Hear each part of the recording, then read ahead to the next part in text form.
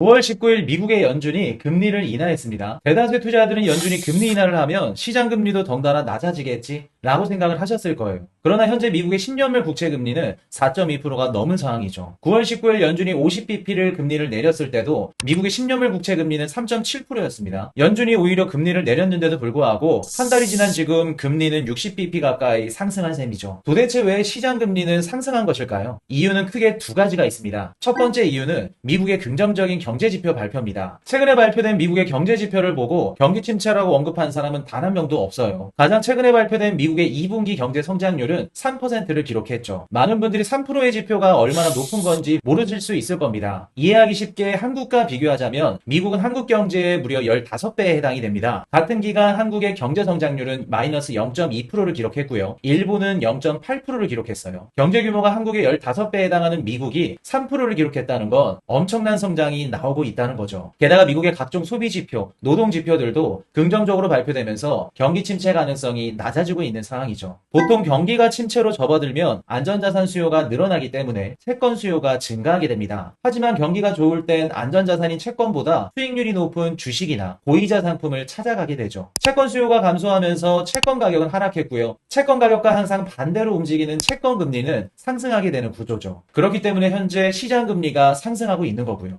두 번째 이유는 트럼프 트레이드입니다. 현재 전 세계 관심은 미국 대선에 쏠려 있어요. 여러분들 경제방송이나 유튜브만 틀면 해리스가 당선될지 트럼프가 당선될지 미국 대선 얘기만 가득하죠. 자, 여러분들이 생각했을 때 미국의 차기 대통령 당선 확률을 가장 정확하게 보는 방법이 무엇일 거라 생각하세요? 폴리마켓? 미국 언론인 CNBC? 월스트리트저널? 아니면 우리가 항상 보는 유튜브? 한국 언론 매체? 아닙니다. 당선 확률을 가장 정확하게 볼 수 있는 방법은 채권 아니면 주식시장입니다. 미국의 채권과 주식시장의 자금이 어디로 가는지를 보시면 됩니다. 요새 폴리마켓이 굉장히 핫하죠. 당선 가능성이 높은 후보한테 돈을 베팅하는 사이트인데 폴리마켓 같은 경우 트럼프나 해리스 대선 캠프에서 충분히 베팅을 조작할 수 있습니다. 몇천만 달러만 있으면 지지율을 언제든지 올렸다 떨어뜨렸다 할 수 있죠. 그리고 미국 외신이나 미국 언론들 같은 경우에는 특정 정당에 기울어져 있기 때문에 정확하지 않아요. 그리고 한국 유튜브나 한국 매체들, 기사들 역시 본인들 유리한 쪽으로 해석을 하거나 기사화하기 때문에 정확하지 않습니다. 하지만 수천조 원이 움직이는 미국의 채권 시장이나 미국 증시를 보시면 가장 정확한 지표를 알 수 있어요. 채권 금리가 올라가는지 떨어지는지를 보시면 되고요. 그리고 미국 증시는 트럼프나 해리스의 수혜주로 몰리는지 유심히 보시면 미국 대선에서 가장 정확한 나침반 역할을 할 겁니다. 현재 미국 채권 시장에서는 장기채 금리가 급등하면서 트럼프 트레이드 현상이 나타나고 있죠. 트럼프 트레이드 현상은 올해에도 한 차례